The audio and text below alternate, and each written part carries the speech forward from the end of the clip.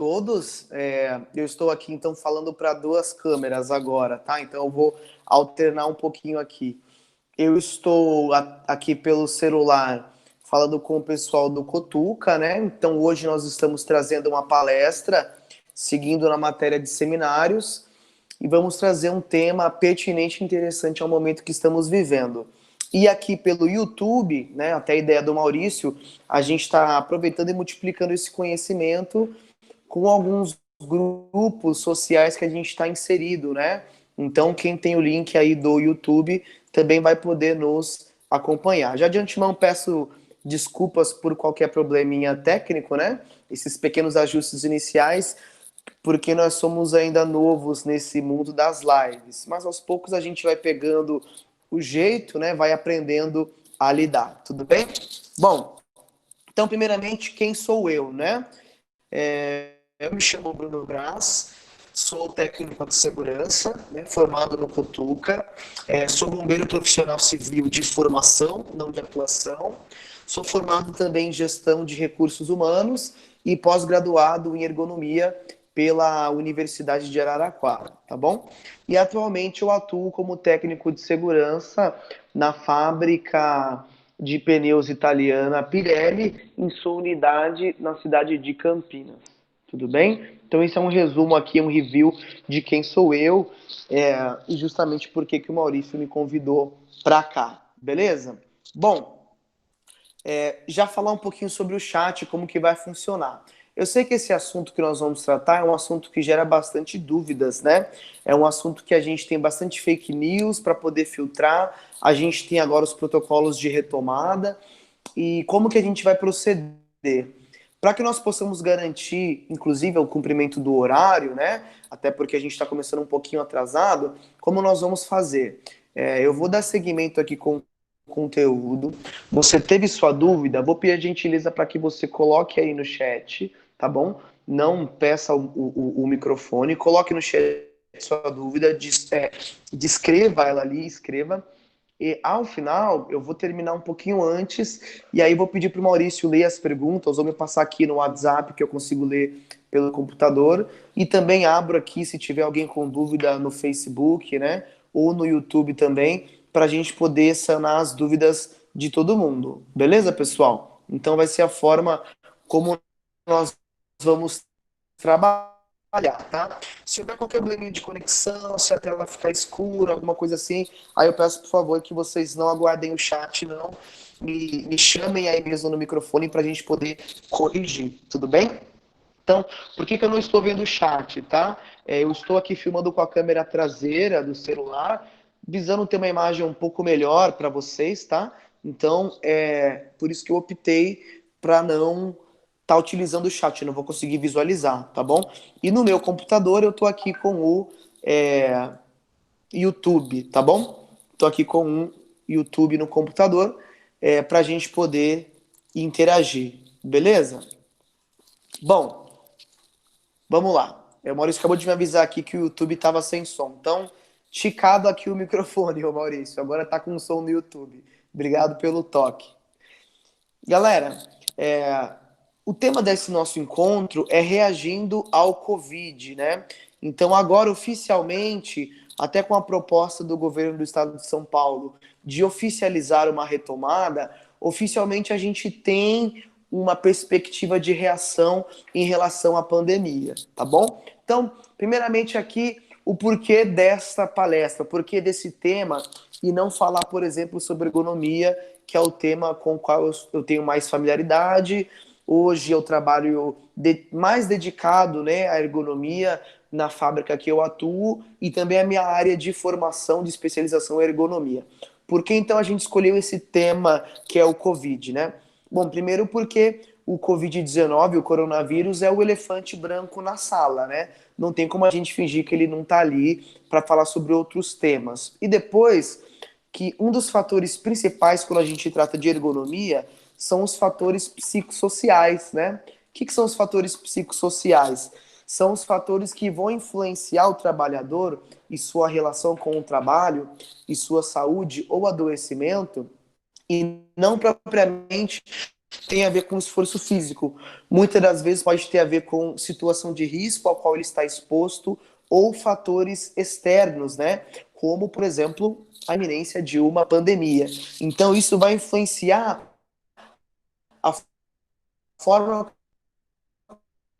trabalhar, vão lidar com o trabalho, vão ficar bem ou vão ficar doentes, tá bom? Então não pensem vocês que as pessoas podem só adoecer de Covid-19 nesse período. As pessoas podem ter outros tipos de doença, de comorbidades, tá? Até de fins que seja muscular, psicológico, devido ao coronavírus, tá bom? Por quê? Porque quando a gente não tá bem psicologicamente falando, quando a gente tem riscos psicossociais, quando o trabalho está mal organizado, o nosso corpo absorve o esforço de uma forma diferente. E é aí que a gente pode vir a adoecer.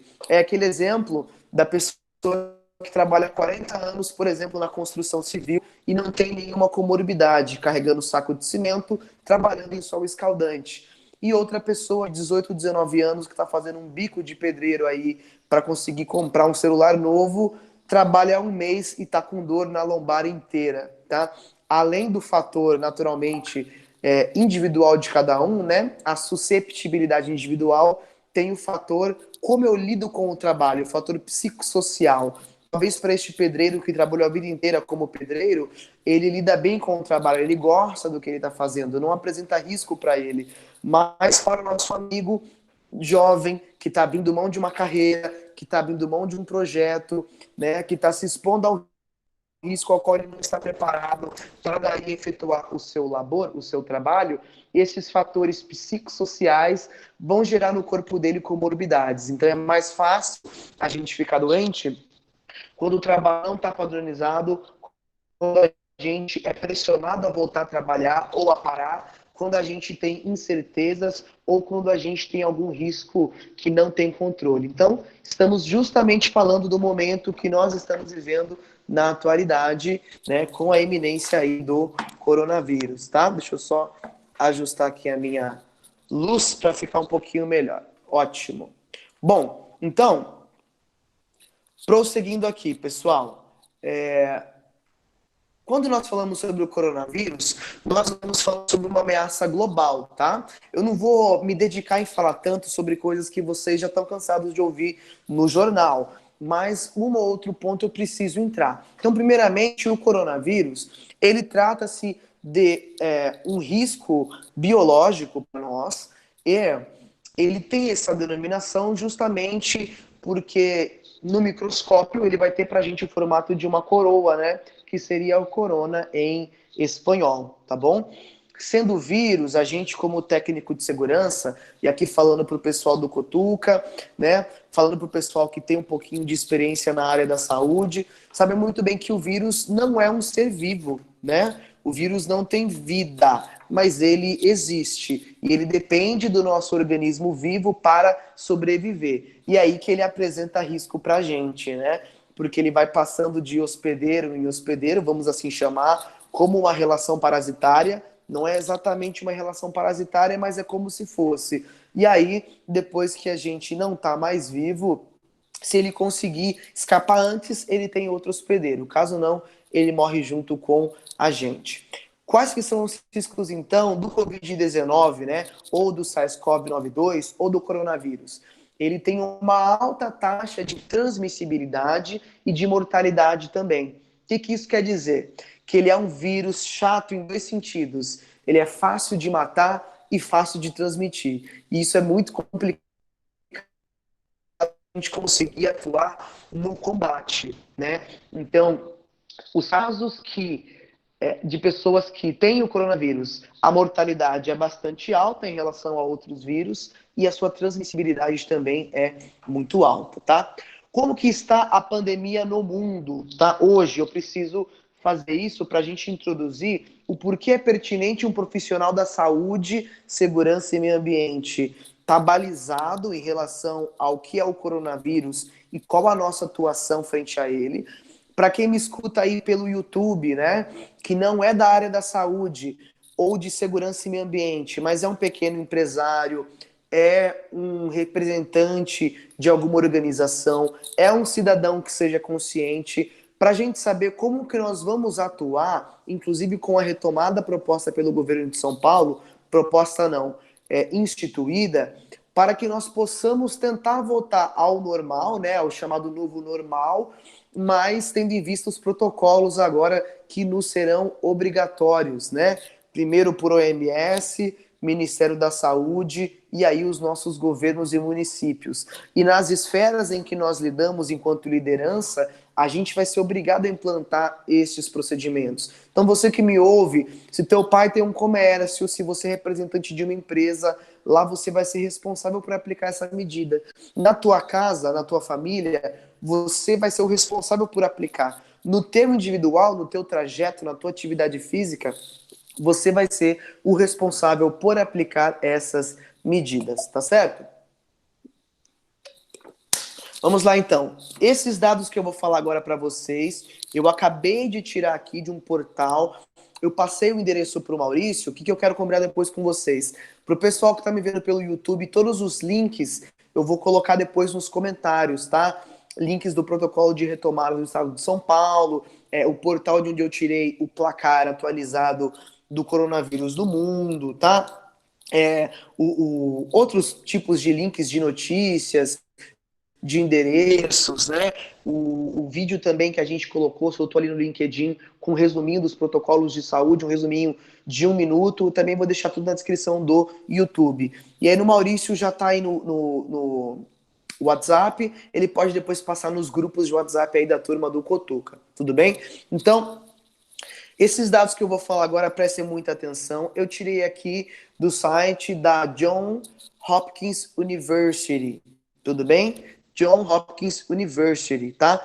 Esse site da Johns Hopkins University, ele faz um placar geral pra gente, com base em OMS, ou seja, dados oficiais da Organização Mundial da Saúde, tá? Dos Centros de Controle e Prevenção de Doenças espalhados aí no globo, da Comissão de Saúde da República Popular da China, tá bom? Que é um dos países aí que teve o início, né? O nascimento, vamos assim dizer, as primeiras detecções de Covid-19, de SARS-CoV-2 e dentre outras organizações. Então, fiquem tranquilos que não é grupo de zap, tá bom? É informação oficial do OMS, órgãos e organizações competentes e demais organismos que lidam com saúde aí ao redor do globo.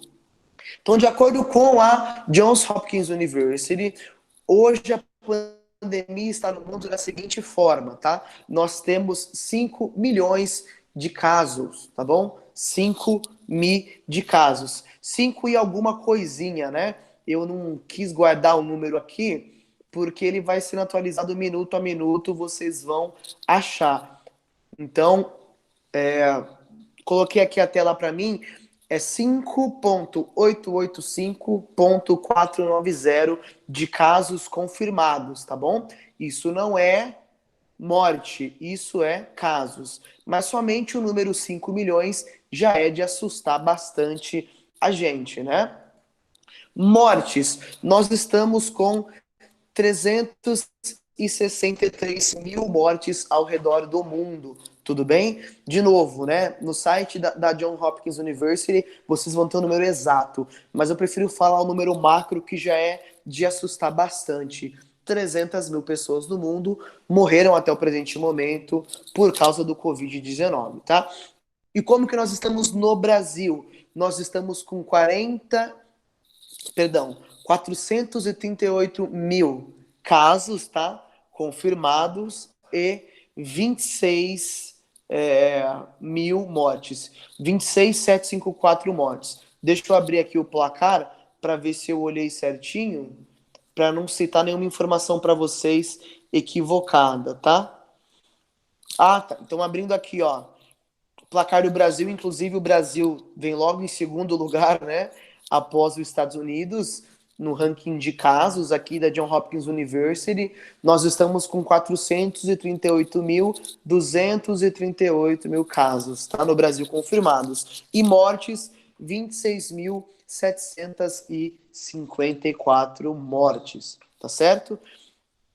alta mortalidade e alta transmissibilidade, porque se a gente lembrar, finalzinho de fevereiro, começo de março, a gente não estava nem falando disso ainda, né? Talvez começo de março a gente estivesse falando de uma morte em São Paulo, outra morte no Rio, meia dúzia de mortes, e hoje, em 60 dias praticamente, nós estamos falando de 26 mil mortes e mais de 400 mil contaminados, tá? A previsão de encerramento da pandemia, né? Ou de passar, a previsão das coisas voltarem ao normal, né? Até o Maurício tinha pedido para eu comentar isso com vocês. A previsão ela não é muito otimista para nós, né? Tem gente até falando assim, esse ano acabou. Realmente, pode considerar esse ano, pode riscar, né? Tem gente brincando, vou riscar esse ano porque eu não usei, vou guardar para usar mais tarde. Realmente, de acordo com o DDI, que é um laboratório aí da Universidade de Singapura, é estimado que a escala baixe de maneira bastante expressiva e nós tenhamos casos, mas casos de número bem pequeno, a partir de dezembro, tá? Dezembro. Então, de acordo com o DDI, a pandemia do coronavírus, vou dar uma coladinha aqui rapidinho, tá? Teria uma baixa de casos mundiais a partir de 31 de maio. Isso é o que eles previam inicialmente. Eles acharam que ia ter uma redução de 97%. Porém, a escala zerada só seria possível a partir do dia 4. Ou seja, a primeira redução que é esperada, né, era esperada agora no finalzinho de maio, por isso da retomada em junho, né, parcial. Porém, outras estatísticas e universidades têm jogado aí para agosto uma redução mais gradativa que a gente estava prevendo para junho e passar em si, vamos dizer em tese, o período de pandemia em dezembro. Então, na verdade, pode ter certeza que o nosso Natal esse ano ainda vai ser de máscara e com álcool em gel, sem aglomeração. Talvez a ceia de Natal seja aí via live. É até bom para você evitar de comer aquele panetone que você não gosta, aquela farofa com maçã que você não suporta, daquele tio e daquela tia. Esse ano pode ser que você se livre disso, porque nós ainda estaremos falando de Covid em dezembro, tá? Na verdade, a gente vai estar falando de Covid pelo próximo ano, com certeza, ainda, né? Os efeitos dele. Mas a pandemia em si, a previsão de uma redução drástica, né? Ela para a gente dizer que está controlado, ela é dezembro, segundo a Universidade de Singapura. Tudo bem? Beleza? Então, são alguns dados só que eu queria trazer para a gente introduzir aí o assunto. Eu vou pedir para o Maurício me comunicar aí, Maurício, no WhatsApp, quanto tempo que eu tenho, tá? Se eu tenho até 7 horas ou até 7h15 para a gente concluir. Bom, para quem é da área de segurança, deve conhecer a hierarquia de prevenção de risco, né? A gente fala sobre prevenir risco ou na fonte, ou na trajetória e nos indivíduos. Com o Covid-19 não é diferente, também vai seguir essa hierarquia de prevenção. Vamos determinar o que é perigo, o que é risco, né? Meus amigos que fazem segurança talvez já devem estar cansados de saber, mas é importante a gente reforçar, tá bom? Ótimo, obrigado, Maurício. Bom, o perigo é aquilo que é inerente à atividade, tá certo? O risco está ligado com as situações que podem causar injúria ou dano e, sendo assim, a gente vai designar, por exemplo, perigo e risco. Tudo bem? Tá certo? Que é a doença, que é a contaminação. E um perigo inerente a ele, que é o fato dele ser transmissível e mortal. Então vamos dar um exemplo aqui, fugindo rapidamente do assunto, mas só para ficar mais fácil, tá? Em 2009,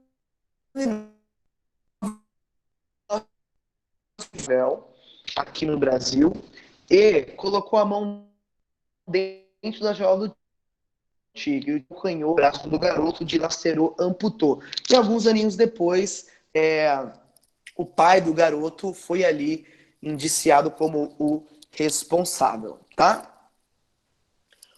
O que aconteceu? Deixa eu só ver aqui no YouTube, galera, que eu acho que a gente pode estar... puder conferir, para mim já está ok aqui o microfone. O que aconteceu? O tigre abocanhou o braço do garoto porque ele era ruim? De jeito nenhum. O tigre é um animal selvagem. Isso é inerente a ele. Então, ser selvagem, tudo bem? Está inerente ao tigre ser um animal selvagem. Um animal que morde, que lacera, que tem um pote grande, que tem garras e que tem dentes afiados. Beleza? Opa, me disseram que está com áudio. Ótimo. YouTube, obrigado. Ser selvagem é o perigo dele, é o inerente. O que é o risco? O que pode causar dano? Um tigre solto, ele pode morder alguém. E é por isso que quando a gente vai no zoológico visitar um tigre, a gente o observa por detrás ali de grades de proteção, de um fosso, de sinais visuais, por aí vai. Tudo bem? Ou seja, quando o garoto colocou a mão na jaula do tigre, ele estava se expondo diretamente ali a uma situação de risco sem controle, sem o controle devido, tá certo? Ou seja, o tigre é perigoso? Sim. Qual o risco? Ele me morder. Vou colocar medidas para contenção do risco: grade, jaula, fosso, guarda-corpo, informação visual, procedimento. Estou com risco controlado? Sim. Se eu rompo as medidas de controle do risco, o que acontece? Eu vou me expor diretamente àquele risco que eu queria evitar. Então, com o Covid-19 não é diferente. Vírus Covid-19 é algo perigoso, é inerente a ele. Qual o risco para nós? Morte, doença respiratória. Portanto, nós precisamos de protocolos de controle para que nós não venhamos a nos expor ao risco. E o que acontece quando a gente fura os protocolos de controle? Quando a gente sai na rua sem máscara, quando a gente faz aglomeração, quando a gente não faz a higienização do nosso posto de trabalho, quando nós, porventura, desrespeitamos a quarentena, quando nós vamos visitar alguém que está com Covid-19. A gente está colocando a mão na jaula do tigre. A gente está rompendo os protocolos de segurança. E é por isso que a gente vai falar de protocolos aqui. Tudo bem? Então, quando nós falamos sobre risco, tem uma hierarquia de prevenção, que é tratar o risco na fonte, ou na trajetória, ou no indivíduo. Certo? O pessoal do Cotuca deve estar careca de saber disso. Fonte é quando eu consigo eliminar o risco na sua origem. Trajetória é quando eu vou colocar alguma barreira, algum escudo, alguma defesa entre o risco e o indivíduo. E quando eu não consigo eliminar em nenhum destes dois, aí eu tento proteger os indivíduos. Tudo bem? Certo? Então vamos dar um exemplo clássico que a gente sempre usa na segurança do trabalho, que é o ruído, o barulho, né? Comumente a gente chama de barulho. Consigo eliminar o ruído na fonte? O ruído, por exemplo, de um moedor de cana? Ah, consigo. Eu consigo trocar o meu moedor, que é antigo, ele tem uma tecnologia datada, por um moedor novo. Legal. Então, eliminei o ruído na fonte. Fazia 80 decibéis de ruído, agora faz 60. Eliminei o ruído na fonte. O risco na fonte. Não consigo eliminar o ruído do meu moedor. Mesmo se eu comprar um mais novo, ele ainda apresenta risco de ruído. Eu consigo enclausurar o local que faz barulho, que provavelmente é o motor? Consigo. Então, eliminei o risco do ruído na atividade de moer cana na trajetória, certo? Não consigo eliminar na fonte, trocando o meu moedor de cana. Também não consigo fazer nenhum enclausuramento para eliminar o ruído também na trajetória. O que resta para mim? Fornecer EPI, né? Dar um protetor auditivo para o indivíduo. Certo, pessoal? Então, sempre que a gente falar sobre prevenir riscos, a gente vai fazer nessa ordem. Fonte. Então, cuidado aos amigos técnicos de segurança aí, que já chegam dando EPI. EPI é a última via. A gente tem que gastar aí massa e pensar. Como que eu troco, inverto o processo de fabricação, o processo de trabalho, né? Como que eu troco esse produto químico? Preciso eliminar na fonte, isso sozinho, pensar junto com a galera da engenharia, da qualidade, da produção, estar atento com a ciência, com a tecnologia, para eliminar esses riscos na fonte. Se não é possível eliminar na fonte, na trajetória, também preciso de controle de engenharia, pensar, fazer grupo de estudo, análise preliminar de risco, trabalho em conjunto. E quando eu não consigo nenhum destes, aí eu vou para o EPI. Então o EPI é a última dos recursos, é o último dos recursos, tudo bem? Se tratando de Covid-19, a gente aplica medidas que se enquadram em medidas de prevenção ou da fonte, ou de controle na trajetória, ou de controle para os indivíduos. E eu vou falar um pouquinho aqui do que está na minha lousinha, e o pessoal do YouTube, infelizmente, vai ver aí como um espelho, mas depois eu destaco isso na descrição do vídeo, tá?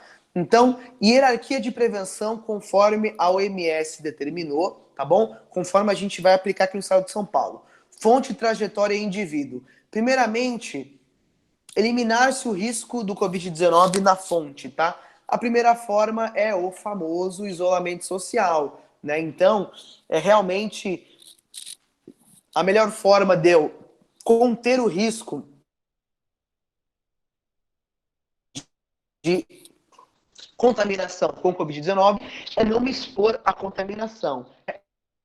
O famoso fique em casa. Então fique tranquilo que essa medida, o fundo que visa quebrar a economia no momento atual, ela é simplesmente a medida mais simples de se eliminar o risco na fonte, né? Sabendo que existe o Covid-19, eu não posso simplesmente fazer com que ele deixe de existir. A primeira forma de prevenção é o isolamento social, é evitar o contato das pessoas com o risco. Tudo bem? Aí no isolamento social a gente tem o isolamento vertical e o horizontal, né? O horizontal seria aquele que pega todo mundo, então todo mundo fica em casa. E no vertical a gente teria ali os grupos de risco, tá? O que são os grupos de risco, pessoal? Vamos só lembrar aqui. Os grupos de risco são as pessoas que, devido a alguma deficiência na defesa do seu organismo, elas estão mais propensas, num caso de contaminação, a ter agravamento de sintomas e até óbito devido ao Covid-19. Tá certo? Quem são essas pessoas? Diabéticos, idosos, pessoas com síndrome de imunodeficiência ao vírus do HIV, tá? Pessoas com doenças respiratórias, alguns tipos de pessoas que têm deficiência física também, alguns tipos de síndrome, e por aí vai, né? Quem é grupo de risco geralmente sabe que é, né? Ou quem tem na família sabe que tem, tudo bem? O isolamento horizontal é aquele que prevê um isolamento social completo da sociedade, independente de faixa etária ou estado de saúde, e o vertical preveria, então, o isolamento só do grupo de risco. Tudo bem? Qual é eficiente? Ambos são eficientes, depende do que a gente quer aplicar. Ou seja, se eu quero prevenir apenas que as pessoas do grupo de risco tenham contato diretamente com o ambiente externo e a contaminação no ambiente, é eficaz eu fazer um isolamento vertical. Qual o problema do isolamento vertical? Que eu esqueço que essas pessoas que são grupos de risco, elas têm filho, elas têm marido, elas vão para a igreja, elas vão para o shopping, para o cinema, ou se não vão, que elas vão receber pessoas que tiveram contato, estão contaminadas e não sabem, e aí podem transmitir para elas. Esse é o grande quê entre o isolamento vertical e o horizontal, que é as pessoas assintomáticas ou as pessoas que não são grupo de risco podem transmitir para as pessoas que o são, ok? Então, falando sobre eliminar o risco na fonte, a gente tem o isolamento social completo, né? O isolamento horizontal, ou o isolamento vertical, que seria somente das pessoas que tinham alguma deficiência na defesa do organismo, mas aí seria necessário também que as pessoas que não têm não tivessem nenhum tipo de contato com essas pessoas também, tá? E aí que é complicado, porque entra no mérito de essas pessoas vão comprar, essas pessoas vão receber encomendas em casa, uma hora ou outra essas pessoas vão estar em contato com alguma fonte de contágio, tá? E aí, por último, aqui no meu quadrinho não vai dar para ver, tá? Para o pessoal que está no YouTube, mas seria o trabalho em casa, o home office, né? Que nós chamamos, ou seja, uma das fontes também da gente, uma das formas da gente evitar o risco na fonte seria fazer o máximo de atividade social e econômica econômica estando em casa, tá? Treino em casa, culto em casa, trabalho em casa. O problema do home office ou demais atividades sociais em casa é que elas são limitadas. Por exemplo, o trabalho de home office é extremamente limitado a quem pode produzir conteúdo em casa, a quem pode trabalhar com o uso da internet, né, com o uso das redes, pode trabalhar em casa. A quem pode fazer um produto ou algum tipo de bem e mandar entregar na casa de alguém, preparar um alimento que o seja. Mas, de outra forma, um feirante, por exemplo, não consegue trabalhar em casa. Um pedreiro não consegue construir uma casa estando dentro de casa, né? E por aí vai. Então, não são todas as atividades que podem fazer o home office, tá? Mas essas seriam as medidas. Então, de início, é o que foi proposto até em alguns países, né? Que é o isolamento total, ou pelo menos o isolamento parcial. Eliminar esse contato das pessoas com a fonte de contaminação. Bom, como nós tratamos com o vírus na trajetória, né? Bloqueio do vírus na trajetória.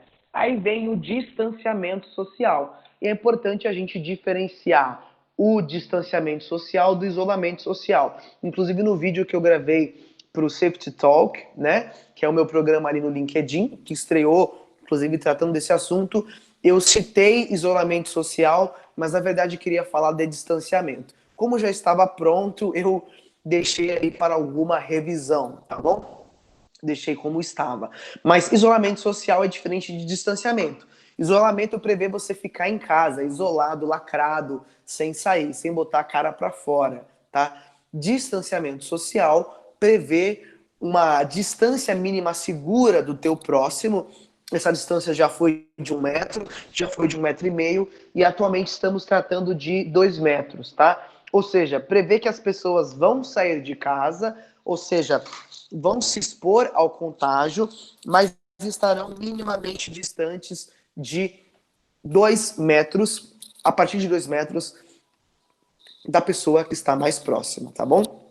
Então, o isolamento social, o distanciamento social, perdão, também é uma forma de controle, é uma forma de controle do risco na trajetória. Depois eu vou dar um benchmark aqui de tudo que dá pra gente fazer nessa linha, tá? Quero primeiro falar sobre essas medidas de proteção, tá bom? Bom, além disso, a gente tem aqui as barreiras físicas e a profilaxia, tá?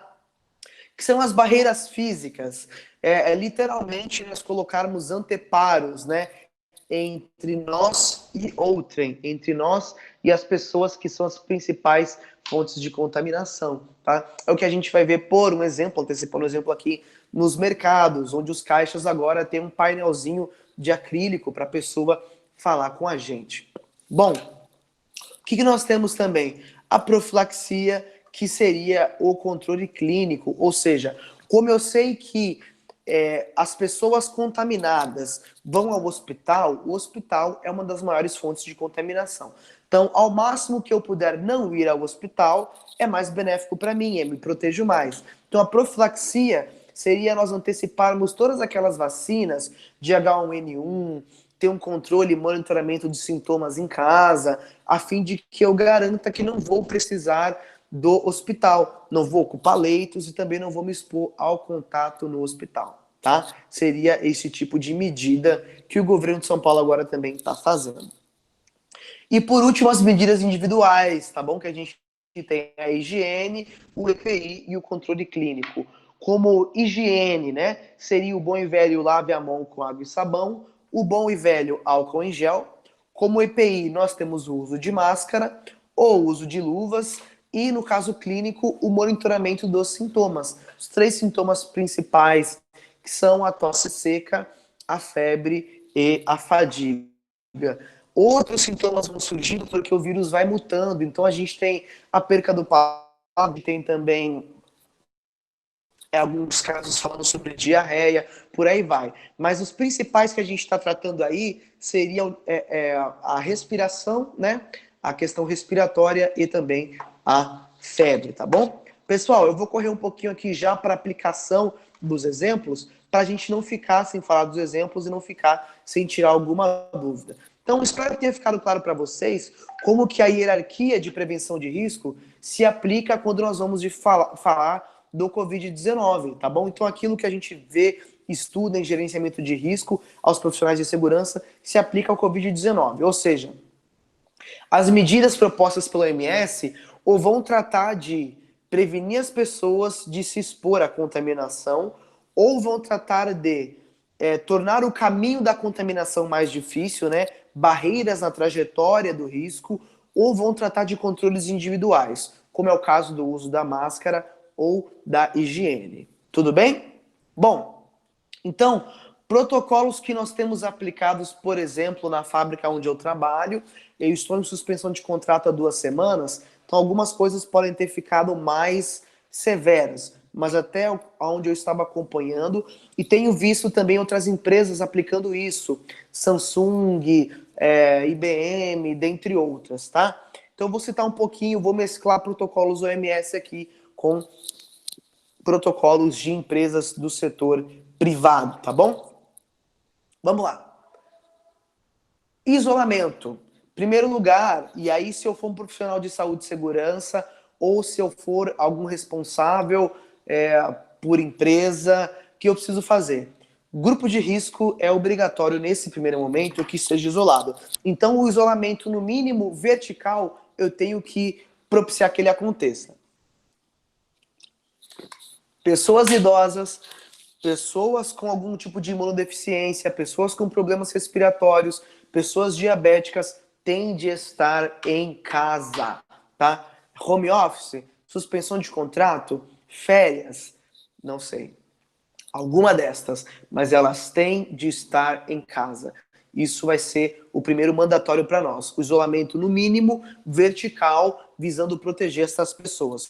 O que a maioria das empresas está fazendo, o que o setor privado está fazendo? Colocando em suspensão de contrato ou em férias, por exemplo, compulsórias, as pessoas do grupo de risco. Ou em home office, tá bom? No mínimo, essas 3 coisas. Suspensão de contrato, lembrando que é aquele modelo onde você coloca as pessoas para ficar em casa, o governo vai bancar até determinado valor, tá? Do salário da pessoa e a empresa outra parte. Então seria uma coisa de 70-30, né? 70% um, 30% outro, tá certo? Suspensão de contrato. Em suspensão de contrato, a gente não trabalha. Então não pode fazer home office em suspensão de contrato. Se te dá um computador, um Nextel, você está trabalhando em casa, então é home office, tá? Ou redução de jornada, mas não é suspensão de contrato. Suspensão de contrato ou layoff é não estar trabalhando. É como se fosse uma férias ali remunerada nesse modelo. 70% parte de um, 30% de outro, tá bom? 70% governo, 30% a empresa, tudo bem? Brunão, mandar embora é uma forma de deixar a pessoa em casa. Sim, mas durante a suspensão de contrato não podem haver demissões. Isso é um requisito. Quando a empresa ela informa o seu CNPJ para o governo que ela vai entrar em suspensão de contrato e a partir de então as pessoas vão ter 30% ali integralizado do teto, não há como haver demissões, tá bom? Bom, então, no mínimo, nós vamos ter que pensar em isolamento do grupo de risco. Vamos ter que praticar isso. Até quando, Brunão? Depois que flexibilizar a quarentena, a gente vai ter que continuar? Vai ter que continuar, tá? No mínimo, até dezembro, as pessoas do grupo de risco, ou no mínimo até o OMS ou órgãos competentes falarem algo novo, elas vão ter que estar em isolamento vertical, tá? Na fonte. Trajetória. O que nós estamos fazendo em relação à trajetória? Então, primeiro, distanciamento social. Pessoal, medidas básicas, tá? Que nós temos que aplicar. Falando agora de trabalho, de empresa, de indústria, de local comum. Refeitórios, praças de alimentação. Não dá mais para ficar um do ladinho do outro, um de frente para o outro. Nós vamos ter que estipular locais para as pessoas sentarem e sinalizar esses locais com adesivos, com faixa zebrada, com algum tipo de sinalização clara e visual, tá bom? Então, vai ser obrigatório agora a gente garantir 2 metros de distância em todos os eixos. Então não é só da frente, mas é da esquerda, da direita e de costas também, tá bom? Isso quer dizer o quê? Isso quer dizer que se antes no meu refeitório, na minha praça de alimentação, comportava 100 pessoas, talvez agora eu comporte 25 pessoas, tá? É o que vai precisar acontecer para a gente ter uma barreira maior entre as pessoas, entre o indivíduo e o vírus. Tudo bem? Então, sempre que a gente for redesenhar agora layout para espaços públicos como praças de alimentação, que é geralmente onde a galera se aglomera, ou refeitórios ou restaurantes, nós vamos ter que pensar nisso. O indivíduo não vai poder estar de frente para ninguém, porque se tu se espirrar, pode transmitir nas suas gotículas, né? Nem de esquerda, nem na direita e nem de costas para ninguém, tá certo? Depois, barreira física, né? Pessoal, nós ficamos anos quebrando o tabu do escritório com baias, padrão IBM, vou assim chamar, né? Chame de Dell, padrão HP, o que for, padrão telemarketing, enfim. Anos para desconstruir isso, para derrubar as baias. E agora as baias vão precisar voltar. Ou a gente vai ter que readequar todos os nossos postos administrativos para postos que antes cabiam 10 pessoas, caberão agora 2, porque eu não posso ter ninguém de frente para. Então, voltar, tá bom? Baias na frente e baias nos lados. Os cubículos, né, parecidos com o emprego do Chandler, do Friends, né? São medidas, barreiras físicas de proteção. Nos locais onde as pessoas trabalham com atendimento, têm contato com o cliente, barreira física de acrílico, supermercado, posto de gasolina, por aí vai, tá? McDonald's. E eu tenho que limitar o contato, limitar ao máximo o contato, tá certo? Com as pessoas.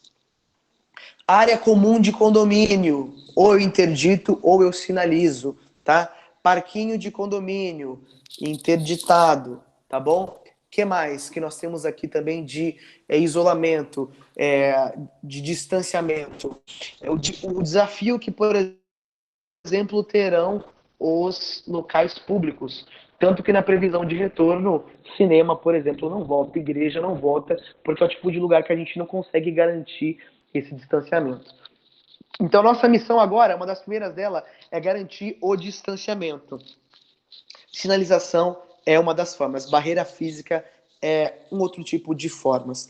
Pessoal, um local que a gente não para pensar, relógio de ponto, o pessoal fica rapidinho, mas a aglomeração de pessoas, geralmente é uma fila para poder passar o cartão ou a biometria. Vamos ter que sinalizar. Vamos ter que organizar horários, talvez, para as pessoas saírem e diminuir a aglomeração. Vamos ter que organizar isso. Vamos ter que organizar horários para as pessoas chegarem na empresa. Vamos ter que organizar. Muitas empresas estão fazendo o que já?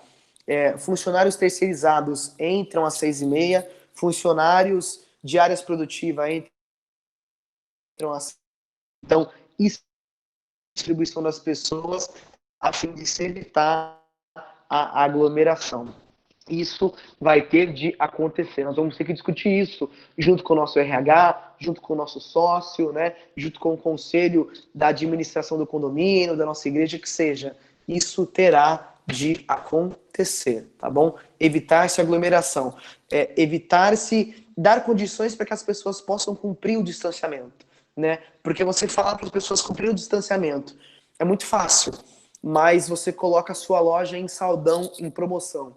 Não vai ser cumprido. Então nós vamos ter que prover medidas para que as pessoas consigam cumprir o isolamento e o distanciamento, tá bom? O que mais que nós falamos aqui? Profilaxia, a parte clínica, eu não vou entrar porque entra muito poder público, né? E na parte de barreiras já falamos. Bom, medidas individuais, e aqui eu vou encerrar para depois a gente abrir para perguntas do chat, eu tentar não passar tanto do horário, tudo bem? Bom, máscara, para ficar claro para nós, a máscara funciona, no caso do coronavírus, como uma barreira física, ou seja, não nem que eu não receba partículas projetadas por outrem. Ou seja, vale a PFF1? Vale. Vale PFF2? Vale. Vale PFF3? Naturalmente. Vale a máscara de pano? Vale a máscara de pano também. Qual máscara que não vale? Máscara de TNT ou máscara cirúrgica. Por quê? Elas são máscaras muito finas e elas não têm nenhuma camada de filtragem. A minha máscara tem que ter pelo menos uma camada, né? Para que a partícula que veio pela frente, veio do ambiente, fique nela, né? Seja retida, não entre em contato com o meu organismo. E a partícula também que eu projetar não vá para fora, fique ali na outra camada. Tudo bem? Para quem for usar máscara de pano, só não esqueça de higienizar, passar com ferro, ter pelo menos duas para poder fazer o rodízio, tá bom? Para quem usa PFF2, tranquilo, PFF3 ou a N95, né? Ou KN95, que são aquelas máscaras que vão nos proteger de no mínimo 95% das partículas. Falei sobre PFF1, mas fazendo aqui uma correção a partir de PFF2, tá? Pela questão da filtragem, da dupla filtragem. Beleza? Tudo certo, pessoal? Então, somente essa correção aí. Ah, mas a máscara incomoda. Vai incomodar, tá bom? Ah, mas a máscara, ela corta aqui a minha orelha. Vai cortar a orelha, arruma outro modelo. Mas vai precisar acostumar. Hoje já tem gente correndo de máscara, hoje já tem gente fazendo trabalho, até atividade física, ou trabalho que demanda força com máscara. Então, a gente vai ter que providenciar. Nós vamos ter que providenciar máscaras para os nossos funcionários, por exemplo, refil para a galera trocar, mas vamos ter que cobrar também o uso, porque agora não pode nem sair na rua sem máscara. É determinação do Estado de São Paulo. Então, se alguém quiser entrar na empresa sem máscara, a gente pode utilizar essa lei, né, e falar assim, olha, amigão, não pode nem entrar aqui sem máscara, não pode entrar no meu estabelecimento sem máscara, não pode entrar no meu Uber sem máscara, você não pode me visitar aqui para entregar alguma coisa sem máscara, tá certo? Que bloqueia ali as partículas, tá bom? Higiene, pessoal, álcool em gel não é remédio. Então, como que a gente procede com a higiene? Para que nós possamos combater o Covid, ó, ele tem uma capinha protetora. Se a gente não esfregar essa capa protetora, não adianta muito. Precisamos esfregar para que ela se quebre e o vírus possa estar exposto à ação do sabão ou do álcool, né? Da substância sanitizante que eu estou usando. Então é o seguinte, estou em casa ou tenho banheiro próximo, água e sabão com fricção nas palmas das mãos, nos punhos, nos dedos, nas unhas, para quebrar a proteção do Covid-19, tá? Não tenho água e sabão perto? Álcool em gel. A euforia que foi gerada no início da pandemia foi tão grande que o álcool em gel disparou de preço, né? Eu vi gente manipulando o álcool em gel pagando R$ 70 no litro, gente comprando álcool gel para usar em casa, sendo que em casa tem detergente, tem sabão, tem sabonete, então álcool em gel é quando não tem água e sabão próximo, tá? Vamos precisar colocar dispensers de álcool em gel nos nossos estabelecimentos, nas nossas empresas. A qual distanciamento? Olha, ao distanciamento que ninguém pode dizer que após espirrar, que após ter contato com outra pessoa, não conseguiu ali limpar as mãos. Então vamos precisar colocar de maneira bastante bem distribuída, tá bom? Principalmente em áreas comuns, relógios de ponto, refeitórios, entrada, saída, tá bom? Se quiser estipular a cada 10 metros ou tomar os seus banheiros como um ponto de partida para o distanciamento, somente garanta que as pessoas vão ter. Escritórios, tem de ter. Recepções, tem de ter. Né? Áreas comuns, já disse, né? Nos maquinários, é difícil às vezes para uma empresa como a que eu trabalho, que tem 500 máquinas, dar um dispenser para cada máquina. Então a gente dá um pelo menos para cada setor ali, tá bom? Para cada grupo de célula de máquinas, vamos assim dizer, para que o funcionário possa sair também e limpar a mão.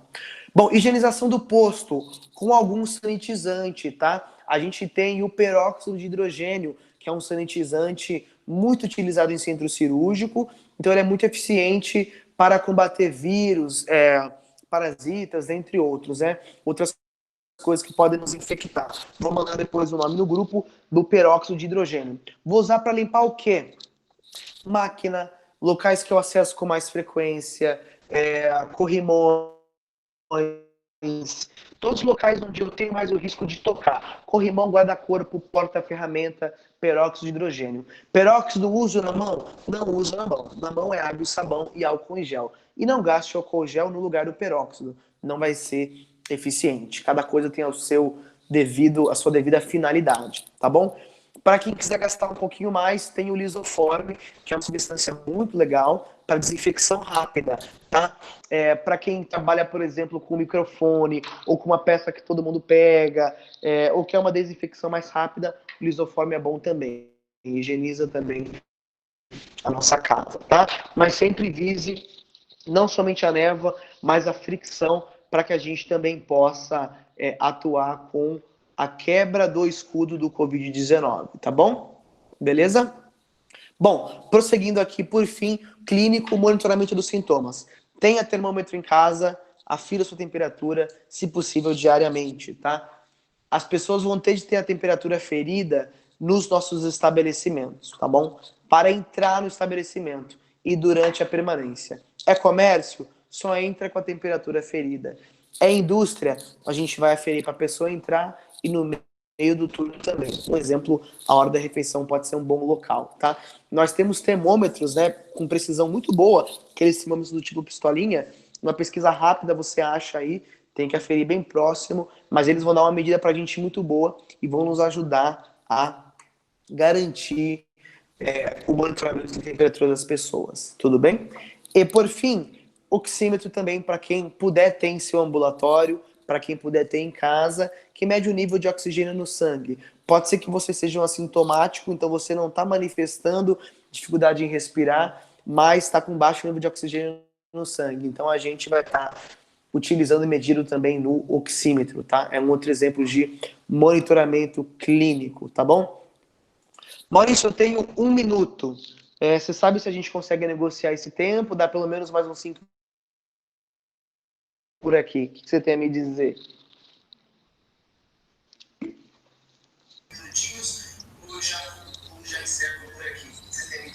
Ué, eu acho, Bruno, eu acho que dá pra terminar, sim, dá pra uns Tá bom? minutinhos aí, conclui, Tá bom. Tá show. Então, somente citando aqui outros benchmarks, pessoal, que vocês podem colocar aqui também, tá? Na parte de higienização, nós temos algumas cabines, né, com substância sanitizante. Tem gente utilizando isso em hospital, então você coloca os EPIs, se paramenta e passa pela cabine, recebe uma névoa. Eu não sou muito a favor da névoa, porque a névoa não esfrega. Então eu acho que a eficiência dela é um pouquinho questionável, né? Quanto a quebrar ali o escudo do Covid-19. Mas, no combate ao Covid, vamos assim dizer que é meio que um vale tudo. Estamos em guerra, né? Então, se a tua empresa pode fazer, se você pode fazer, faça. Se vai despertar nas pessoas um senso maior de cuidado, faça, tá bom? E previne, até certo ponto, previne sim, tá bom? Também é uma medida eficaz. Cabines de névoa, por exemplo. Transportes fretados, vamos precisar negociar com o nosso RH para aumentar o número de transportes. Não posso ter pessoa do lado de outra pessoa, né? Então, meu número de pessoas também vai diminuir bastante. O uso de máscara nos nossos fretados vai ter de acontecer. Lá na Pirelli Campinas mesmo, o uso de máscara é obrigatório a partir do momento que você está à disposição da empresa. Então, seja vindo ou indo embora de carro, seja vindo de fretado ou indo embora de fretado, o uso de máscara. No transporte em si, a gente também tem feito o uso de máscara e distanciamento, né? Então, não sinta ninguém do lado de ninguém. E nós padronizamos ali o uso de local fixo, tá? Local fixo e listinha de presença para a gente monitorar. No caso de um sintomático, de alguém que se adoeça, a gente poder monitorar com quem essa pessoa teve contato. Pessoa adoeceu, tá com o Covid-19, deu positivo, quem circundava próximo dela tem de estar automaticamente em quarentena. Um protocolo médico, né? Aquela quarentena de no mínimo 15 dias. Tá bom? Nós temos um protocolo legal também para restaurante, a gente entra com a máscara, tá? A gente pega, a gente respeita ali o distanciamento na hora de se servir, a gente se serve com a máscara, somente quando sentamos na mesa que nós higienizamos a mão, tiramos a máscara, guardamos num saquinho e logo após comer nós também higienizamos a mão, colocamos a máscara de novo. Então, ponha como padrão que sempre que você for tocar na máscara, sua mão tem que estar higienizada, tá? Tocar na máscara o mínimo possível, até para a máscara não se tornar fonte de contaminação. Então, por favor, técnico de segurança, profissional da saúde do meio ambiente, não pode tocar na máscara de frente. Vai sempre pegar pelos tirantes. Precisou ajustar? Faz pelas abas ou pelas pontinhas. Se for muito necessário, higieniza a sua mão e aí você vai poder tocar. E após tocar, higienizar de novo. Toda vez que eu tocar meus olhos, a minha boca, tocar a minha máscara, eu preciso higienizar as mãos antes e depois. Além de lavar a mão sempre e por aí vai, tá bom? Porque a máscara também é uma fonte de contaminação, tá certo? Então, assim, em resumo, essas são as medidas que eu tenho visto que as empresas têm adotado, tá? Então, resumindo um pouco o dia a dia de trabalho do funcionário.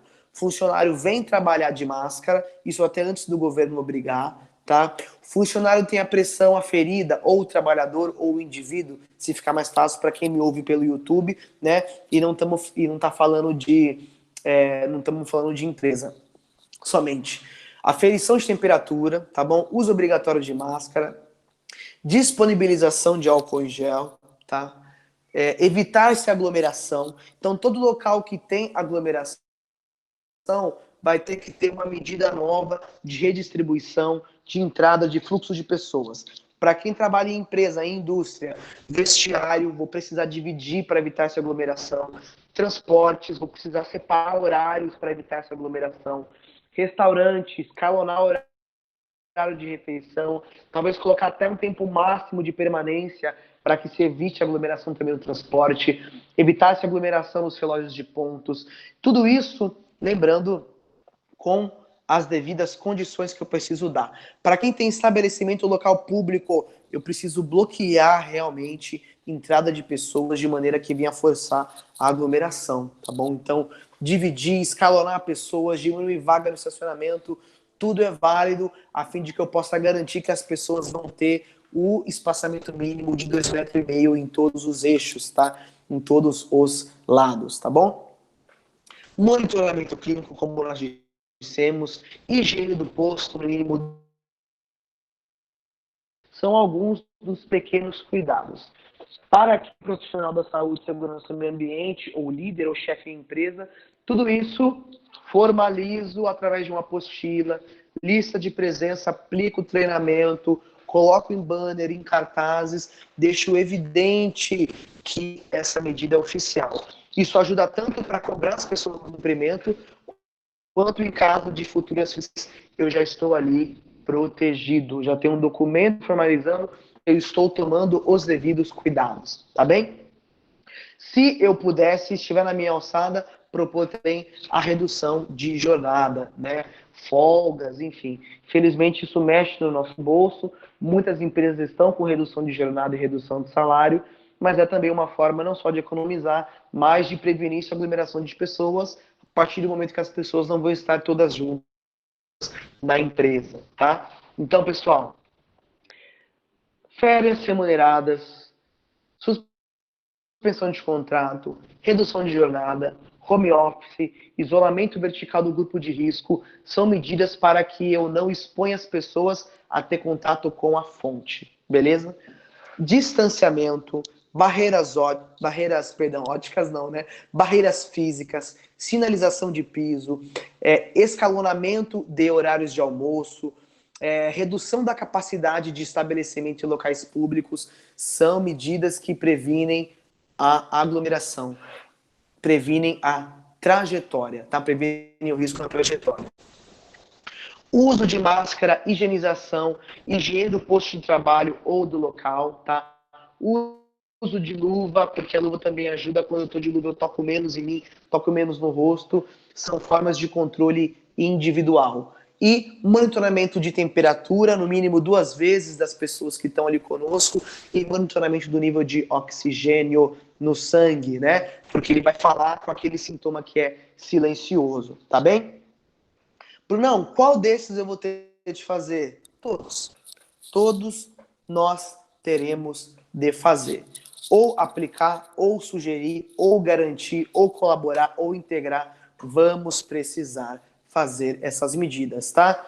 OMS e governo do estado de São Paulo, tá bom? Bem, uma última pergunta aqui que eu queria responder, duas últimas perguntas, né? Primeiro o que será de SSO? O que será de saúde e segurança? A área da saúde e segurança vai morrer? Vai acabar? Porque se não tem indústria, não tem NR4, não tem dimensionamento, não tem emprego pra gente. De modo algum. E agora que nós estamos provando o nosso valor. Porque nunca se falou, né? Nunca se falou tanto em uso de máscara, né, como agora. Agora você liga o jornal e o Bonner está falando de PFF2, 3M. Como assim? Né? Nunca se falou tanto em valorizar profissionais da saúde como agora. Então, para nós de saúde, segurança e meio ambiente, é um momento propício para que nós possamos criar soluções, propor consultorias, mostrar o nosso devido valor. Óbvio, pessoal, que redução de pessoas, redução de custos, podemos ser atingidos, mas é a hora de nós criarmos conteúdo, criarmos relevância, é hora da gente se mostrar como um ponto de contato, é hora de vender máscara, se a gente pode vender, por exemplo, de maneira responsável, né? É hora da gente prestar consultoria, tá? É a hora onde os profissionais, por exemplo, que já trabalham à distância há um tempo, eles estão dando risada, né? Eu tenho alguns amigos profissionais que começaram a trabalhar com EAD, com vender curso, essas coisas, e a galera dava risada, né? Poxa, isso daí, quem vai pagar 700, 800 reais para fazer um curso online? Hoje as pessoas estão pagando, porque não podem sair de casa. Então, é até a dica que eu daria para o profissional do Cotuca, que sai um profissional muito bom na parte teórica, né? Devido ao fato de ter um bom embasamento aí nas partes de química, biologia e tudo bem. E demais. Invista em consultoria, invista em renda passiva, invista em um canal no LinkedIn, um canal no YouTube, invista em lives gratuitas, depois gere interesse nas pessoas para pagar por um conteúdo pago, né? Seja um conteúdo passivo, pago, ou uma live ao vivo num grupo seleto. Tudo isso é renda no momento de crise, tá? É renda no momento em que as pessoas precisam de renda, tudo bem? E eu deixei aqui só um adendo para os nossos amigos de meio ambiente. Amigos de meio ambiente, se tiver alguém aí que estiver me escutando que é de meio ambiente, ou profissionais de SSO que também atuam com meio ambiente, nós temos um desafio, que é como descartar esses resíduos, tá? O resíduo de máscara é um resíduo contaminado. Não dá para a gente reciclar, vamos ter que incinerar isso daí. Vamos ter que garantir uma destinação adequada conforme o programa de gerenciamento de resíduos sólidos, tá certo? E outra coisa, o uso do descartável vai aumentar, né? A gente estava falando tanto sobre no plastic pela ONU, né? Então, o uso de canecas reutilizáveis, de garrafinhas reutilizáveis, e infelizmente agora, nesse momento, a gente vai aumentar o consumo de coisas descartáveis. Usou, descartou. Talher, usou, descartou. Copinho, prato, usou, descartou. Então, vai haver um aumento no consumo, né, na produção, na geração de resíduo. Aumento na geração de resíduo de embalagem, aumento na geração de resíduo doméstico, as pessoas estão em casa, comem mais, geram mais resíduo doméstico.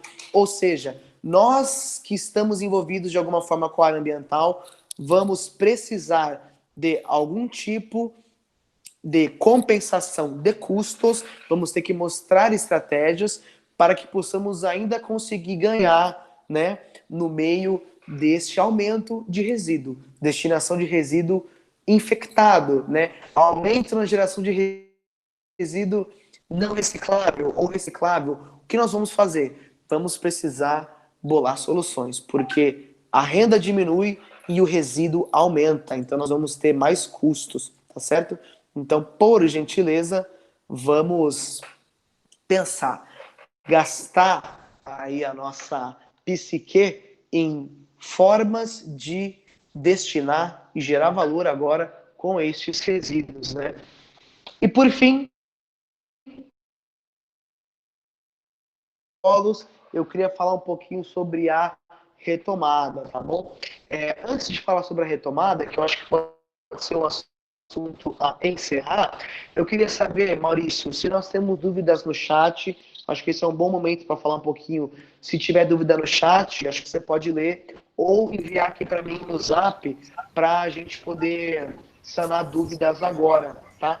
Tem alguma dúvida aí que o pessoal mandou que ficou durante a aplicação do conteúdo e eu possa me esforçar aí para responder? Sim, sim, Bruno.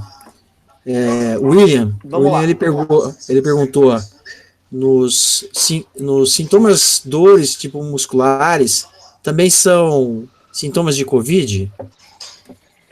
Uhum. Quer que eu fale as outras? Como que a OMS, né? Como que as. Vamos fazer um por um, tá? Eu vou falando rapidinho, então. Como que a Melhor. OMS e a ciência, né? As organizações e instituições de saúde têm tratado. Dor muscular é um sinal de Covid quando ela vem, por exemplo, numa atividade rotineira. Então, por exemplo, se eu carreguei um saco de cimento, depois sinto dor na lombar, não é Covid, é um esforço físico que eu realizei. Agora, se eu costumo varrer a casa, nunca sinto dor, e depois de varrer a casa eu tenho uma fadiga incomum, aí pode ser um sintoma de Covid, tudo bem? Então a dor muscular pode ser um sintoma se ela vier numa atividade não rotineira ou em atividade que não é de esforço físico. Beleza, William? Obrigado pela pergunta e próxima. Ok. O Wilson perguntou quais foram as medidas mais difíceis de se implantar na tua empresa? Olha, não só na Pirelli, mas a maioria das pessoas vai, né, relatar para você. O distanciamento social é muito difícil. Distanciamento, né? A distância de 2,5 metros, 2 metros, 1,5 metro que seja. Porque o brasileiro tem a cultura de conversar, de falar perto, de estar junto, né? Então, isso é muito difícil, primeiro pelo fator cultural, depois pelo fator estrutural. Então, se você tem uma empresa nova, moderna, com um galpão bem abrangente, espaço para você construir, né? Ou espaço livre para você redimensionar vestiário, redimensionar restaurante, é fácil garantir o isolamento, né? É mais fácil. Perdão. Mas, se é o caso da minha empresa, uma empresa que as dependências têm aproximadamente 50 anos, não tem para onde abrir, para onde construir mais, não tem dinheiro para gastar com isso, porque eu vou construir um galpão que daqui a pouco não vai ser mais utilizado, depois que a pandemia passar, não tem como gastar dinheiro com isso. Então, é mais difícil. Então, redimensionar sanitário, vestiário, restaurante é o maior desafio das empresas, com certeza, porque envolve instalação, envolve investimento, e um investimento que nem sempre a gente dispõe de ter, tá bom? Então, vamos ter atenção nesse ponto, tá, Wilson? Que é formas e condições da gente auxiliar as pessoas a manter o isolamento, tá? E o distanciamento. Próximo. Legal. O William, ele também pergunta se é obrigatório esse monitoramento de pessoas e oxímetro também. Não, não é obrigatório, tá? Por enquanto, pelo menos no estado de São Paulo, pelo que eu verifiquei, o oxímetro não é obrigatório, mas é recomendado, tá? A aferição de temperatura, para ser sincero, eu vou precisar confirmar no protocolo da retomada de SP se está como obrigatório. Mas o que a gente tem que ter cuidado com obrigatório e não obrigatório é a mesma história da ANR. Nós, em segurança, sabemos que as normas regulamentadoras, a ANR, é necessário, o mínimo obrigatório. Mas tem outras medidas que a gente pode implementar e até tornar obrigatórias visando cumprir a ANR. Então, por exemplo, trabalho em altura é trabalho acima de 2 metros ou onde haja risco de queda.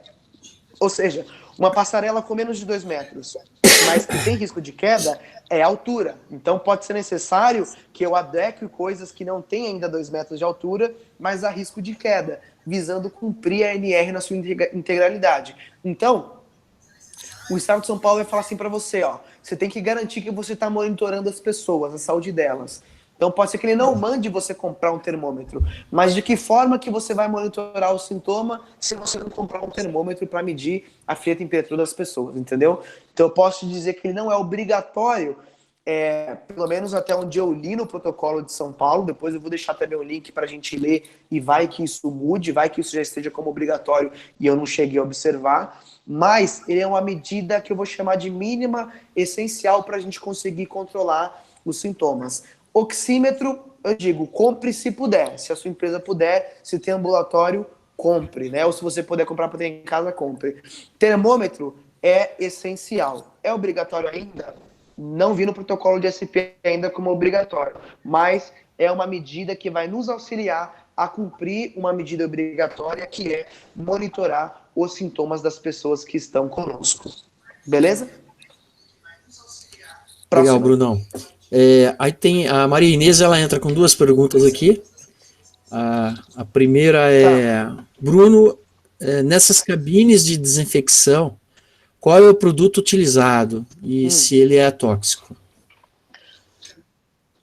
Olha, eu já ouvi falar que é hipoclorito, tá? Mas, assim, uma pesquisa um pouquinho mais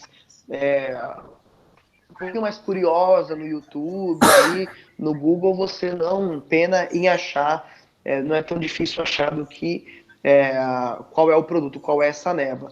Eu acredito que seja o hipoclorito, tá bom? Ou outro tipo de sanitizante que não seja tão prejudicial à pele. Naturalmente não é tóxico, né? Porque tóxico estamos falando de a névoa, caso inalada, o produto contém alguma substância que toma o lugar do oxigênio. Sempre que a gente fala de tóxico asfixiante, é isso, tá?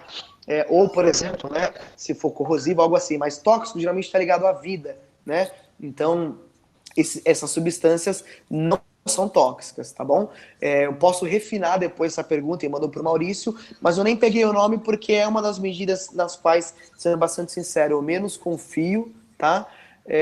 Por questão pessoal de aplicação mesmo e da eficácia, mas é uma medida que tem sido aplicada e numa pesquisa rápida você pode achar isso daí, mas naturalmente não pode ser tóxico. Então, para nós, como profissionais de SSO, quero montar uma cabine de névoa na minha empresa, o que eu vou fazer? Eu vou fazer um benchmark, vou procurar produtos que não sejam tóxicos, asfixiantes ou que causam irritabilidade e vou pedir naturalmente, obrigatoriamente, a FISPIC do produto. Vou pegar o CAS, que é o número do produto, e vou jogar ali no site do CAS Number, né? No hazard, no controle de risco, onde a gente pesquisa ali o CAS Number, tá? Então, pelo número do CAS, eu jogando o número do CAS aí do produto no Google, ele já vai dar vários portais para que vão dizer qual é a dose letal, qual é a exposição e por aí vai. Então, a nossa missão enquanto profissional de SSO queremos montar? Vamos pegar o nome do produto, vamos pegar o número dele no cadastro internacional e vamos atrás da FISPIC, vamos atrás de informações em bancos de dados internacionais de confiança para que nós possamos aplicar isso usando nas pessoas ou não. Eu já vi usarem esses produtos com profissionais da saúde já devidamente paramentados com os EPIs. Então, eles já com o avental, com a máscara, com proteção facial, com luva, com óculos e de olho fechado, aí eles recebem, não diretamente na pele. Mas eu sei que na Prefeitura de São Paulo mesmo, se eu não me engano, no Tietê tem uma cabine dessas e lá as pessoas vão aplicar direto na pele. Então, o responsável por aplicar vai ter que te passar ali qual é o produto, a FISPIC, e a gente, enquanto profissional de SSO, vai fazer o dever de casa, aquela pesquisa básica, para ver qual é a dose letal, se é asfixiante, tóxico ou não, tudo bem? Porque fica um pouco disparo, né? A gente vê as pessoas fazer desinfecção na rua, usando máscara, luva e roupa fechada. E daqui a pouco eu pego uma pessoa e falo assim, agora vai para uma cabine que você vai receber isso no corpo. Realmente é uma coisa contraditória, tá bom? Então, esse produto em si, um dos produtos que eu sei é o hipoclorito, pode ser outro, mas fica de lição de casa nós pesquisarmos e termos a FISP antes de aplicar qualquer produto na pele das pessoas, pelo amor de Deus. Beleza, Marinês? Tem outra pergunta da Marinês ou Marcelo? Ou Sim, Maurício, sim. perdão. Imagino. Sim, sim. Ela também pergunta o seguinte: esses plásticos utilizados ainda poderão ser reciclados? Ou tem que incinerar? Não poderão ser reciclados. esses plásticos utilizados vão se tornar, naquele exato momento, biohazard, né? Risco biológico, vai ter que ser incinerado. Não tem chance de reutilizar. Ok? Mas, ô Maurício, posso ler uma pergunta aqui do YouTube rapidinho? Pode. Rapidamente aqui, ó. Uma colega aqui, Andréia Carvalho, até manda um abraço aí, Andréia. A gente estudou junto RH lá no IESCamp. Ela mandou assim: olá, Bruno, por que temos que limpar as solas de sapato com hipoclorito, né? Como acontecerá esse contágio pelo solo? Vamos lá. O que acontece? Essa também é uma das medidas, assim como a erva, que é um pouquinho contraditória. Por quê? O chão é um dos lugares onde a gente menos toca com as mãos, né, Andréia? Menos toca com as mãos. A não ser que a gente ande de bananeira, né? Ou esteja fazendo uma flexão. É um pouco raro a gente tocar o solo com as mãos. Mas, literalmente, o hipoclorito seria somente uma forma da gente garantir de maneira redundante que o calçado com qual pisei, já ele, né? Vou tocar com as minhas mãos, que esse calçado não esteja ali contaminado, tá? Ou, por exemplo, vamos dizer que eu pisei, levei esse contato para o solo, derrubei algo no solo. Pequena, mas eu posso espirrar sem máscara e projetar no solo, né?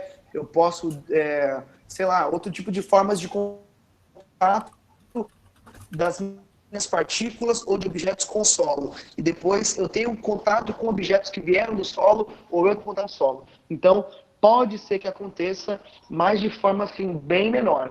Mas se na tua empresa acontece, faça. Você pode em casa ter um tapete com hipoclorito para entrar e sair, faça. Se você puder chegar em casa e já tirar o sapato, deixar no local fixo lá na arinha, faça, porque tudo isso é medida de prevenção. Mas o contato com o solo, o contato pelo solo é mais raro. Senão a gente também ia ter que passar hipoclorito nos pneus e por aí vai, e abre vários precedentes. Andar de bicicleta, passa hipoclorito, né? Passar em carreta, que entrega coisa na empresa, enfim. Mas se trata de prevenção, é viável para que a gente evite de ter contato com objetos que no solo foram contaminados. Beleza, Andréia? Maurício, mais perguntas aí? Deixa eu pegar aqui. O Lucas, ele faz um comentário, e eu acho que é até legal o comentário dele. Ótimo. A Universidade de São Carlos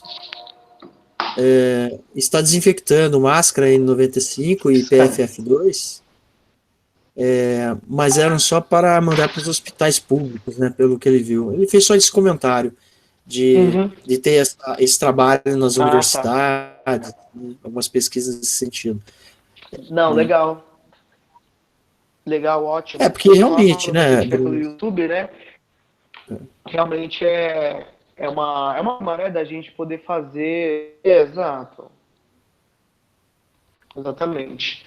Legal, Lucas, né, Lucas? Legal o seu comentário. Muito interessante. Isso. Na verdade, nós estamos vendo uma mobilização geral, né? A Pirelli, por exemplo, doou mais de 8 mil pneus aí para viaturas. Nós temos empresas como, por exemplo, do grupo da Unilever, né, doando produto de limpeza, doando até Ambev, doando álcool em gel, que seja. Então, nós temos verificado um esforço também das empresas do setor público em fazer a sua parte para poder conter o avanço, né, do coronavírus. Mais perguntas, Maurício? Não, Bruno, eu acho que já tá bom, né? O pessoal o pessoal encerrou as perguntas aqui.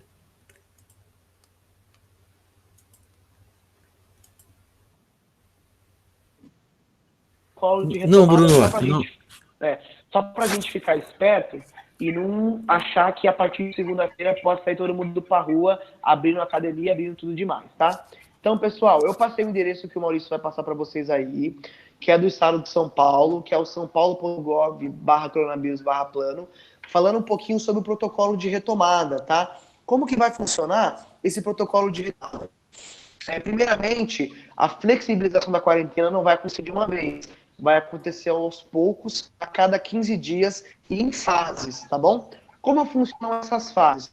Nós vamos ter notas aí, né, rankings, que vão dizer em que fase que nós estamos, e o que a gente pode liberar ou não de atividade social de acordo com a fase em que a gente está.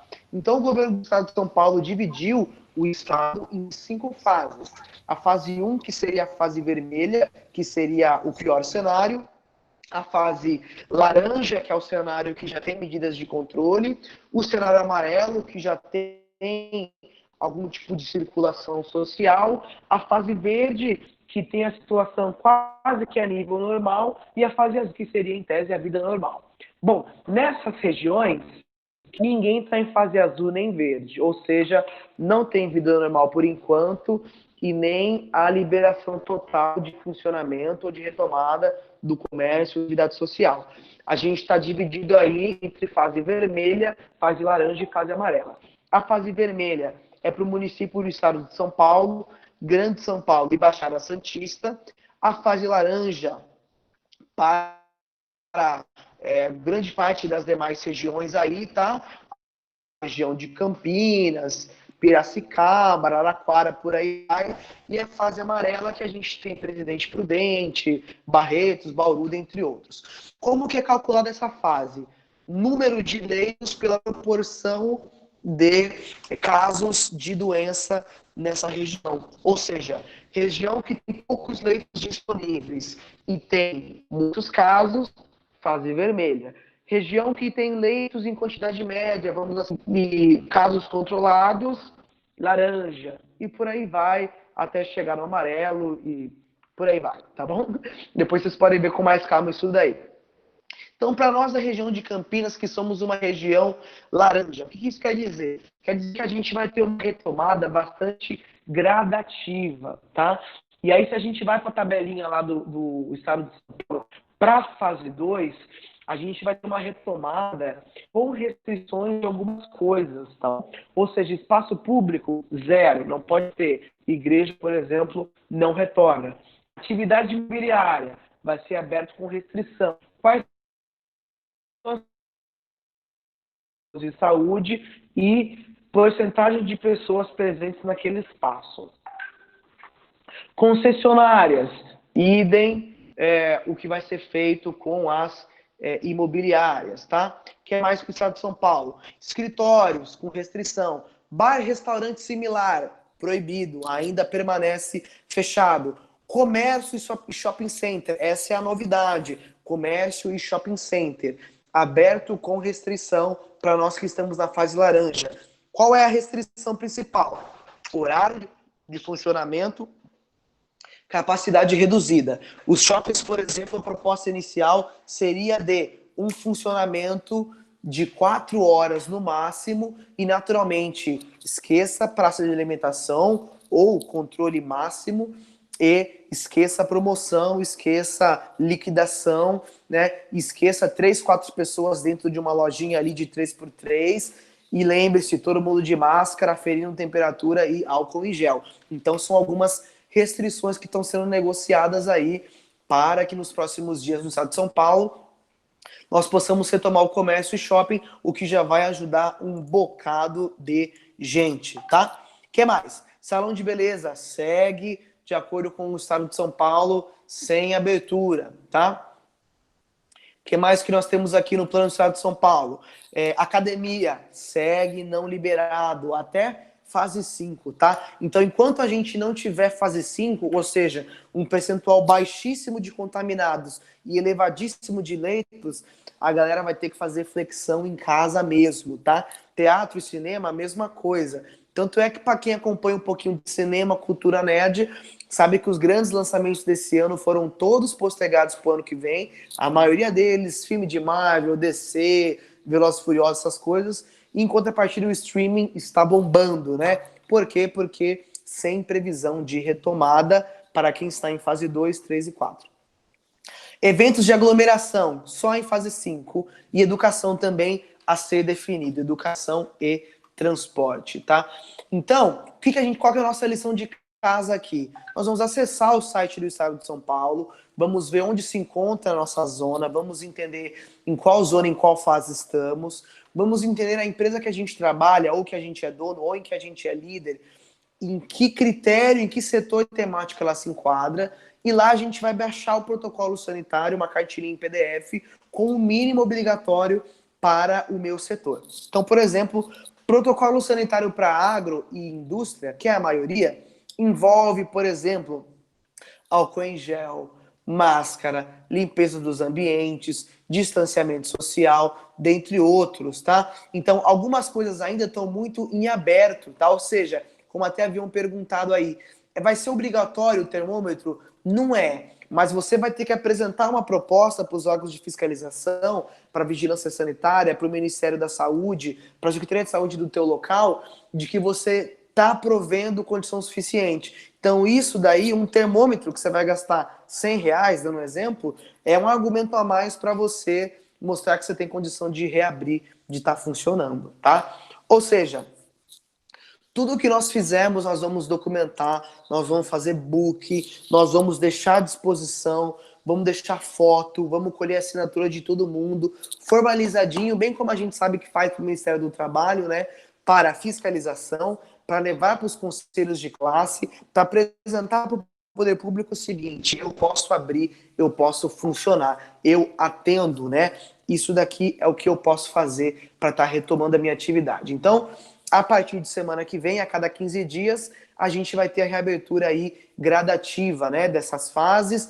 Pode ser que nesse meio tempo a gente retorne para alguma fase, por exemplo, se os casos despontarem e a quantidade de leitos disponíveis diminuir. Então, que é por isso é importante a gente cooperar e atuar com bastante responsabilidade para que nós possamos realmente sair dessa e voltar para a vida normal, ok? Ufa, falei bastante, falei muito. Agradeço aí a atenção de todos. Eu não vou conseguir nem saber quem está online ainda, quem não está, né? Acho que é até melhor para minha autoestima. Mas agradeço a atenção dos alunos, agradeço a atenção e a confiança do Maurício, tá? Todos os arquivos e links vão estar no máximo até amanhã aí nas plataformas de vocês. Eu agradeço, Maurício, se você também passa a palavra para você proceder com o isolamento. E vamos lembrar de nos cuidarmos, ficar em casa sempre que possível, manter distanciamento social, evitar aglomeração, higienizar nossas mãos e usar máscara sempre que precisarmos ir a um local público, ok? Porque se eu cuidar de mim e cuidar de você, a gente consegue passar por essa, beleza? Obrigada, bom, Bruno. Obrigado.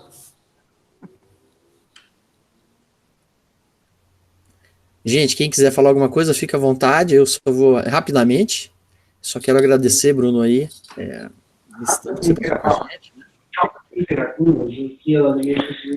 Muito obrigado aí, Bruno. Boa noite para vocês, pessoal. Boa noite, William. Valeu, obrigado. Boa noite. Boa noite a todo mundo que mandou pergunta também. Obrigado a interação. Legal. E já está com vocês, viu, gente? Está lá na sala virtual, todos os anexos que o Bruno passou, o videozinho. Ótimo. Tá tudo lá. Tem um PDF também, tá tudo lá com eles, Bruno. Já disponibilizei. Show. E também a atividade do relatório também tá lá. Então, vamos arrepiar, pessoal, e fazer a nossa parte aí. Isso aí. Bruno, obrigado, viu? Obrigado mesmo. Valeu. Obrigado a você, Maurício. Eu aguardo você encerrar então, tá bom? Pessoal, se alguém quiser falar alguma coisa, fique à vontade, tá? Microfones abertos para vocês. Mas muito bom mesmo, viu, Bruno? Parabéns aí, deu certinho. Obrigado, foi Maurício. bem bacana. Foi legal. Ótimo. Eu peço desculpa realmente pelo horário, Maurício. Que senão eu tinha até começado aqui 6h30 a organizar as coisas, né? Mas eu acho que foi bastante positivo. Não, mas foi tranquilo, o pessoal ficou batendo papo antes, assim, tava um papo acalorado, assim, de pessoal com saudade, o negócio foi bonito mesmo. Ótimo. Liberal. Muito obrigada, viu, Bruno? Palestra ótima, viu? Boa noite aí pra muito vocês. obrigado. Boa noite. Se cuide. Até mais. Você também, até mais.